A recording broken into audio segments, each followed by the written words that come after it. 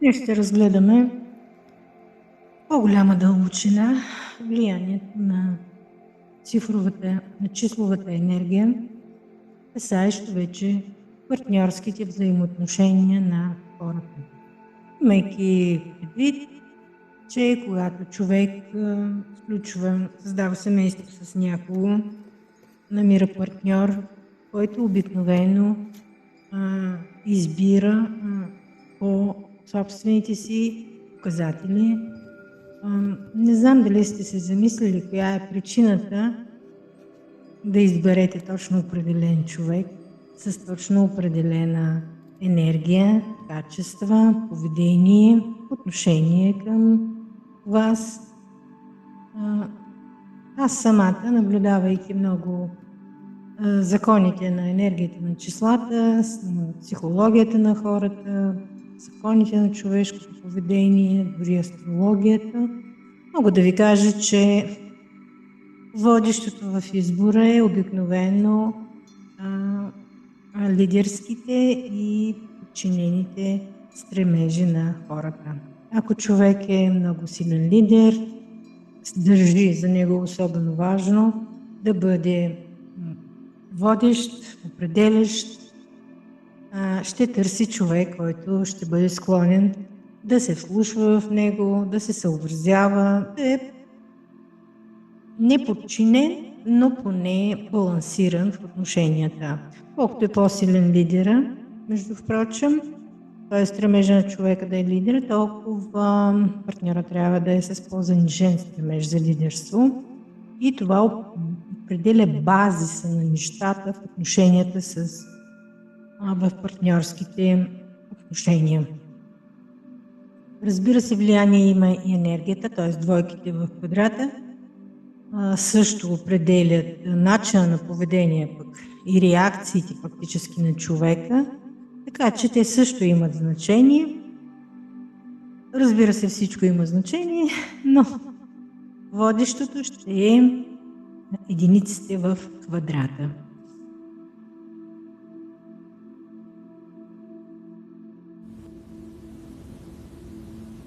И така, започваме да разглеждаме значението първо на цифрата 1 и смисъл числовата енергия, която проявява характер на човек с единица в матричния квадрат. Цифрата 1 в психоматрицата отговаря за характера на човека, неговите волеви качества, силата на стремежа за власт, способността да отстояваш възгледите си. Много важен момент. Характер 1 е определен като безволев, но егоистичен човек. Може да се каже, че тези хора са едни от най-сложните характери. Притежават го хора с противоречиви същности в своята природа. Проблема е в това, че имайки безволив характер, те избягват да вземат решения, старайки се да ги прехвърлят на раменете на друг човек. Бягайки от приемане на решения, те обаче имитират дейност и усилено показват своите волеви качества. Именно за това винаги влизат в спор по всеки въпрос. Може да ви удиви това, че тях не ги интересува темата на спора. Интересува ги повече самата победа. Те остро се нуждаят от успех, понеже имат вътрешна неувереност, вероятно, стремейки се да покажат на всички силата на характера си. Често стават егоистични, добивайки победата и не забелязват другите хора с техните молби и беди. Те никога не вземат решения по спешност. Дават много сложни отговори, които могат да се разбират по различен начин, което им дава възможност да се отказват от думите си. А още повече, по-добре да предпочитат да не приемат решения. И не помислите да ги обвините в безволие. Категорично забранено. Не ги обвинявайте в безволие. Ще ги обидите. И те просто няма да ви повярват. Отново проявявайки в себе си спорещия. И сега вече идва времето за подбор на партньора, евентуален брак на човек с характер 1. Ако е жена, за нея е по-добре да има брак с силен по характер човек с 4 единици в квадрата или 5 единици в матричния квадрат. При останалите характери могат да се появят проблеми, тъй като жената цени в мъжа силата на характера и ще го изисква от него. Най-главното е, че тя винаги ще го проверява и ще влиза в спор. Ако мъжът започне да й отстъпва, това е началото на разпада на семейството. Тя няма да му прости за това безволие, тъй като го цени за силата на характера. Ако характер единица го притежава мъж, то по-добре е да създаде брак с жена, която има характер единица или 3 единици. Ако мъжът е съвсем безволев, съвсем слаб, то е възможен брак с 4 единици или 5 единици в квадрата, при което това е достатъчно рядко явление. Ако мъжът е безволев, поведението му е следното. Той очаква от жената покорство, независимо, че е безволев, тъй като се стреми винаги да доказва своето лидерство. Предпочита и да има до себе си по-слаба жена, тъй като се чувства в безопасност. Той винаги контролира своето поведение, своите думи, своите постъпки, за да не разкрият безволието му. И сега няколко препоръки към характер с единица матричния квадрат. Помислете, може ли човек да бъде егоист и да е безволев? Това са две противоречиви едно на друго твърдения. Егоизма предполага утвърждаване на своя мироглед. А безволието? Опитайте се да разберете това. Обладавайки безволен характер, човек се опитва да скрие своя недостатък от странични погледи. Именно за това си слага маската на деловия човек. С всичките си действия убеждава окръжаващите го хора в изключителната сила на волята си. Вгледайте се в такъв човек и веднага ще ви стане ясно. Той никога не диктува на никого своята воля, но се явява фанатичен проводник на чуждо мнение, на заповед, на разпоредба. Буквата на закона за него е истината от първа инстанция.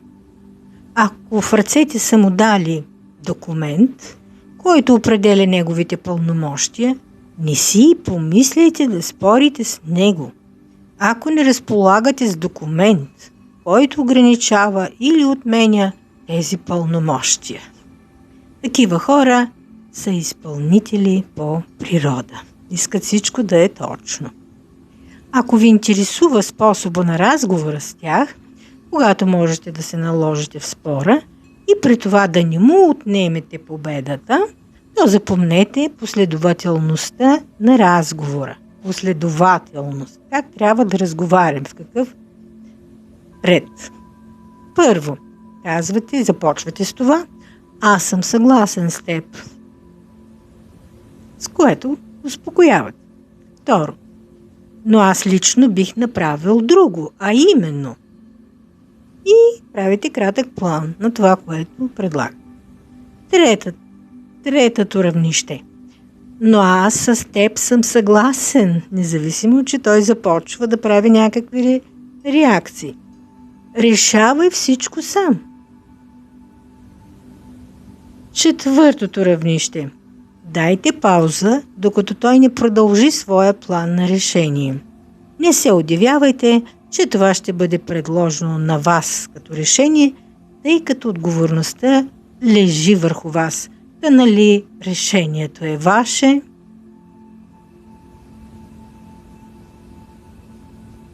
И накрая, ако всичко е наред, то той ще припише решението на себе си.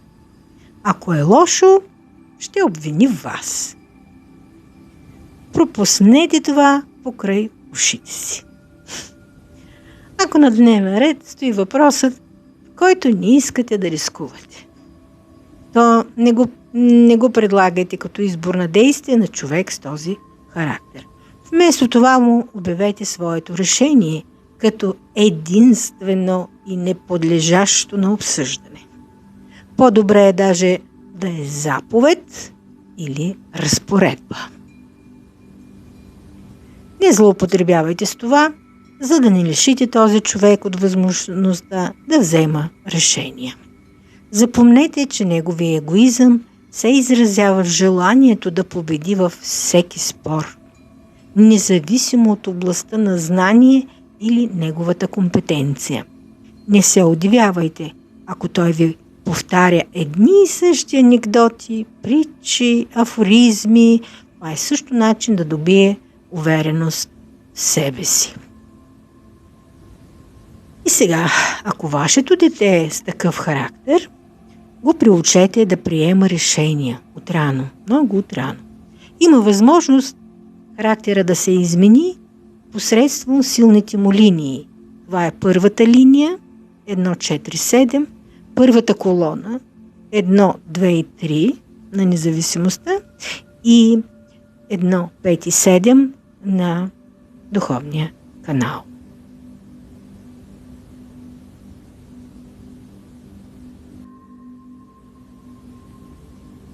Характер с 2 единици в квадрат. Особености на този характер. Хора, имащи в психоматрицата 2 единици, се отличават с мек характер. Много обичат похвалата и всячески я предизвикват. Именно за това те могат да помагат на другите. Лесно се приобщават към всякаква компания, стават заближими в нея, тъй като се стремят да привлекат внимание, за да получат по-късно благодарност за приятната среща. Те умеят да слушат другия човек, ако той не се опитва да ги притиска, само при това условие. Много рядко използват натиск върху друг човек. На тях често не им стига твърдост в отстояването на своите възгледи и те се стремят към независещи от някои професии. Паралелно с това похвала биха получили в попрището на лекарите и учителите. Много често не им достига и целеустременост и самостоятелната им самооценка, което занижава техните цели. Ако са извадили късмет и в психоматрицата има 2 двойки или 4 двойки и повече, то тяхната инициативност рязко се активизира. Съвети за брачния партньор на човек с 2 единици в матрицата. Притежавайки такъв характер, не си струва да се безпокоите силно за това, какъв характер е вашия партньор, тъй като вие можете да създадете семейство с всеки човек. Единственото условие, което ви е необходимо, да проверявате умее ли вашият партньор да хвали. Затова той трябва да има енергията на 2 двойки или 4 двойки и повече. Обърнете внимание на определението за лидерство в семейството. Ако не се стремите към власт, то търсете по-силен съпруг от вас. Ако сте властолюбиви, то намерете такъв, който ще може да ви отстъпва. Препоръки за характера на човек с 2 единици в квадрата. Помнете главното, което чака човек с такъв характер. Похвала. Това чака. Похвала. Ако сте поставили на детето си списък от задачи и то е изпълнило само една от тях, то ще чака похвалата за това и само тогава ще продължи изпълнението на останалите задачи. При това, получавайки похвала за всяка изпълнена задача. Правилният подход към него е да му възложите само една задача, тъй като той умее това, а след изпълнението възложете друга задача, която сте причислили за себе си. Когато се върне от дома, ще се удивите от изпълнен списък от няколко задачи, които детето е направило, за да получи похвала. Не мислете да го ругаете, ако не е успяло да изпълни задачите. Именно затова му възлагайте задачи, които може да изпълни. Хвалете го по-често и няма да имате проблем със своето дете. Това обаче не важи за дете с 2 осмици, 2 петици, които не търпят лъжи, защото това са търсачи на истината. Стигнахме до характер 3. Характер на човек с 3 единици в квадрата на матрицата и неговите особености. Този характер носи достатъчно гръмкото название златната среда, което веднага го отличава от другите характери. Тези хора могат да намерят общ език с всеки човек. Работата е в това, че те могат да отстъпят при необходимост на всеки при спор. Даже и при единицата. Човек с единица. Една единица. Основното, което трябва да се знае, че този човек не бива да се притиска, тъй като при необходимост той ще победи всеки деспот, без изключение. Човек с характер златна среда претърпява преход в нов характер. 1 и 8. Няма цифра 8. Претърпява преход в нов характер. По-силен, може би. Той съответства на мек и търпим характер.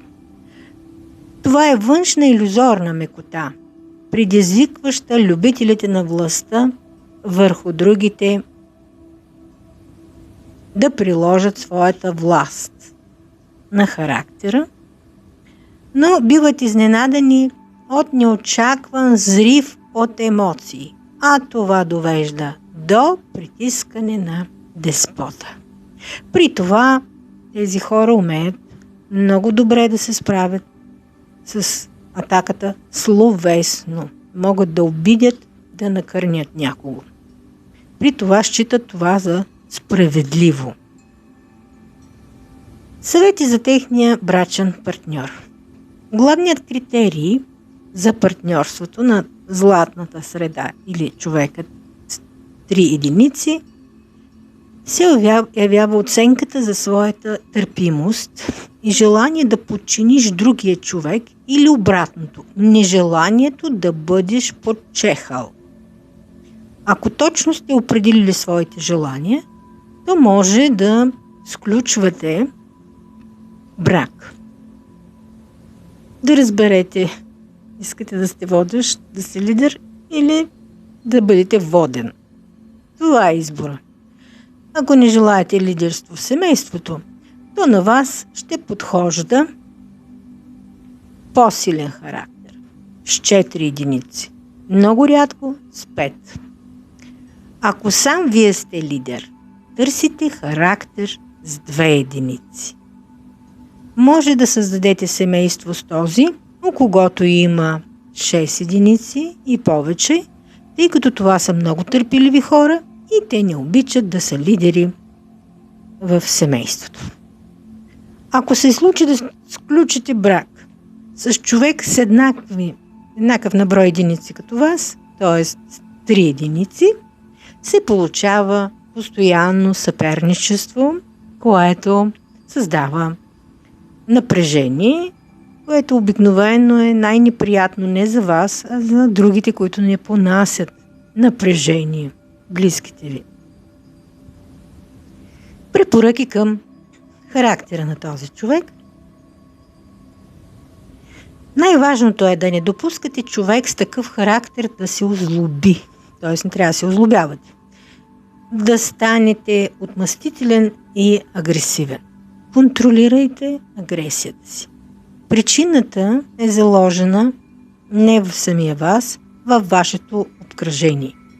Ако родителите в детството са ви притискали, то може точно да се каже, че у вас е отслабнало чувството за дълг към своите родители, което ви тласка към власт над собствените деца. Запомнете, че в живота всичко върви в кръг. Ако един забрави за своя дълг към родителите, то сам ще създаде дете, което загубва чувството за дълг към него самия. Имайки характер златна среда, 3 единици, не се опитвайте да убедите себе си в лъжлива търпимост. Повярвайте, да стоите на колене не е ваше умение. Спомнете си думите на Александър Грин. Никога не прави това, за което после ще съжалиш. Отстъпвайки на човека от жалост, вие после ще избухнете, тъй като жалостта води до разочарование и съжаления за направеното.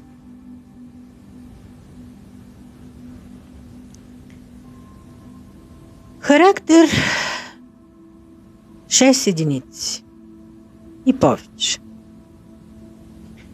Особеностите на този характер е това, че след като 5 цифри се превишат, веднага може да се говори за претоварване на деспота, което означава рязко изменение на характера.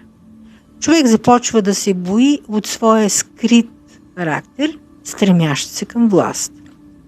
Човекът разбира, че не може да има цялата власт, като цар или президент. По-ниски граници обаче не го интересуват.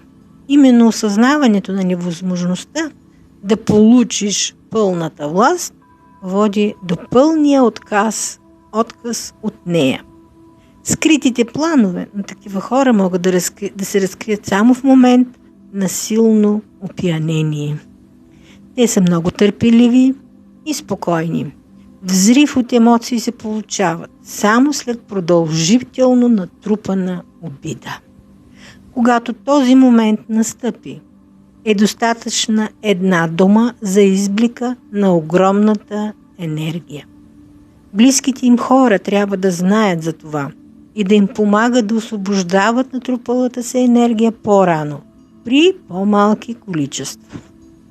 Целеустремеността на тези хора е силно занижена, както и самооценката им. Избора на работа се определя не от техния интерес към нея, а от степента на свободата, която тя дава. Да не зависи от началство и въобще от никого да не зависи.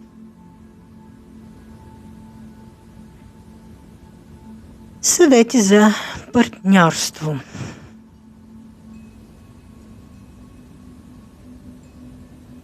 Претоварването на характера на този човек води до това, че той е достатъчно лошо понася редом до себе си лидери и властни хора.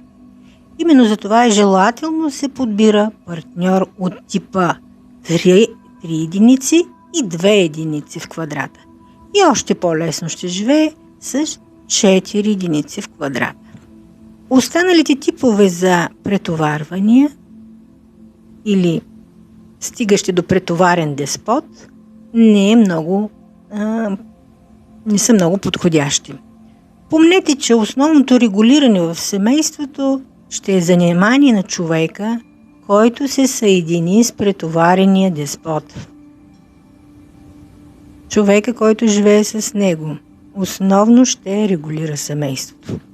Непрекъснато ще се чувства неговата необходимост от значимост, но при това не изисква лидерство, тъй като той не се стреми към него. Regress. Препоръки към характер с 6 единици в квадрат. матричния квадрат. И повече, разбира се. Въоръжете се с търпение. Но това е най-простата и неудачна препоръка за вас. Талантът, това е мярката, която определя историята. Ако имате в семейството претоварен характер, помогнете му да разбере тази проста истина. Намерете в себе си сили и желание да разкриете неговия талант и да му помогнете в самосъвършенстването. Открийте таланта му и го пазете от обиди.